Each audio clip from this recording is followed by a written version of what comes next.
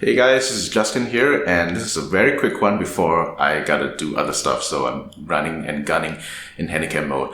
But there is a guitar webinar that I conducted a few weeks back, and I didn't get to use all of the footage that I recorded for the webinar. So what you're going to see is a section of video that I didn't get a chance to play it, and it's about guitar and ergonomics, and I hope that is something that will bless you as you consider the various important facets of playing guitar, including your own comfort level and ergonomics when it comes to making contact with the guitar and to practicing safe so that you can avoid all injury.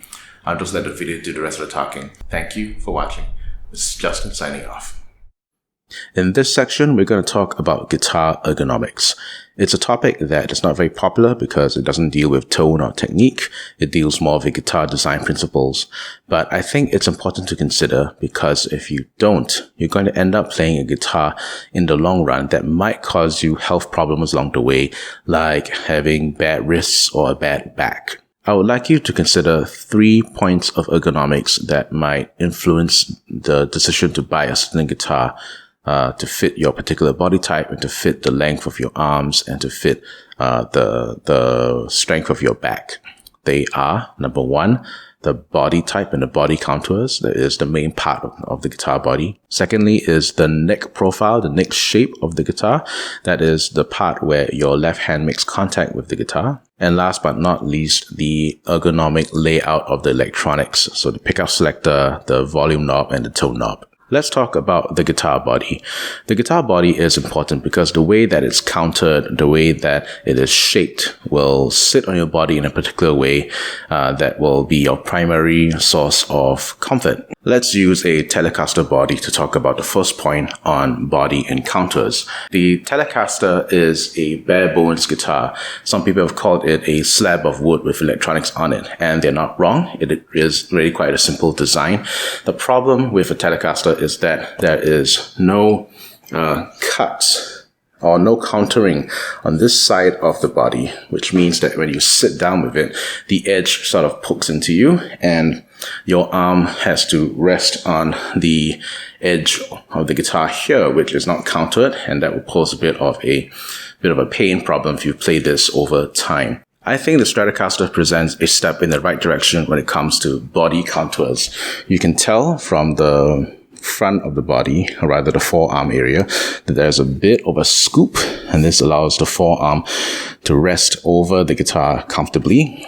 You can also see, I can flip this around. The guitar also has the belly cut and the belly countering, and this is going to be comfortable to lay this guitar over the front of your body. If you play this in the neutral position like this.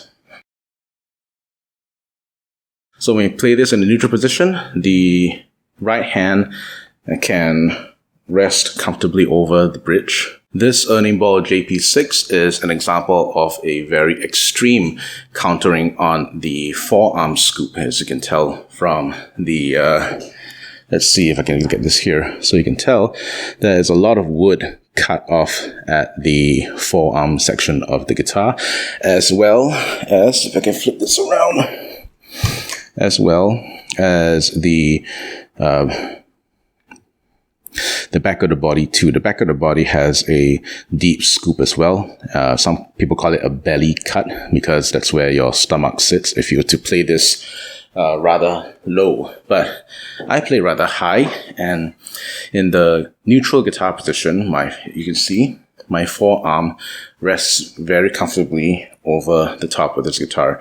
This counter to me is the perfect fit for my forearm, my right forearm specifically. The second point about ergonomics is regarding how your left hand makes contact with guitar vis-a-vis the neck profile and the neck radius. The neck profile is how your thumb makes a grip with the guitar neck. And this is usually expressed in letters. A C-shaped profile is a modern sort of guitar neck shape. And then you've got the D shape, which is a bit more rounded. And then you've got what you call the trapezoidal shape, which is a vintage Fender, for example. The neck radius refers to how curved the fretboard is. The smaller the fretboard radius, the more pronounced the curvature is, and it's going to be more like a bit more like a baseball bat versus if you have a larger fretboard radius, this means that the fretboard is flatter and it is expressed in a larger number. So again, a smaller fretboard radius is a more curved fretboard, and a larger fretboard radius is a more flat. Generally speaking, a guitar with a flatter fretboard radius on the higher frets is easier to play solos on. Which one is right for you? That's really up to your left hand to decide. I tend to gravitate towards a guitar that is not too flat. I cannot play a guitar that has a very skinny neck profile and a very flat radius. To me, it's too easy to play. There's sometimes I want to express notes in a certain way that a skinny neck just can't do that. In general, you might find that vintage spec guitars will have a bit more difficult necks to play. I found that a vintage Telecaster, like for example a 1954 reissue or 57 reissue, where they had trapezoidal necks, they had this very pronounced soft V shape, which was a bit hard to play, particularly because my hands are quite small, but they cause your hands to bend notes in a certain way that will produce the kind of bending sounds associated with that era of blues music. A 50s spec Les Paul will be a kind of guitar that has a very chunky neck. It is almost like a baseball bat, and I think it's difficult to play, but it has a certain tonality, a certain chunkiness that makes you work harder for your notes. And in working harder for the notes, I think it causes the expression to change. You are able to get different nuances of expression because the neck is designed in a certain way. Ultimately, it is up to you and how comfortable you feel regarding a certain guitar profile, neck profile, and radius. If you can handle the vintage spec, where it's a bit more baseball bat-like, it's a bit thicker, chunkier, and you like the tone coming from that kind of guitar, good for you. More power to you. Last but not least, let's talk about the electronics layout. The layout of electronics, that is your pickup selector and your volume tone knobs, they're important to consider because it might be easier or difficult for your hands to reach over and adjust things on the fly if you need to. Consider your playing style. If you're the kind of guitar player who doesn't need to change his pickups that often in a set, I know of some people who spend 90% of their time on the bridge pickup and maybe only 2% of the time on 10% of the time on their neck pickup to play an occasional solo or the clean sound. If this is the kind of playing style for you, you may not need to consider where the pickup selector is located. So you have to consider, if you're playing a riff and you want to change pickups very quickly,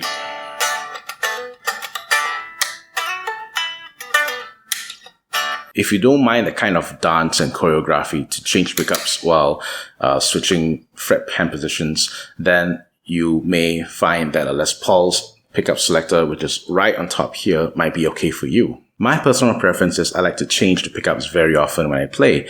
And so a guitar that has the pickup selector at the bottom, like on this modern Saturn, I really appreciate how this is located down there so that I can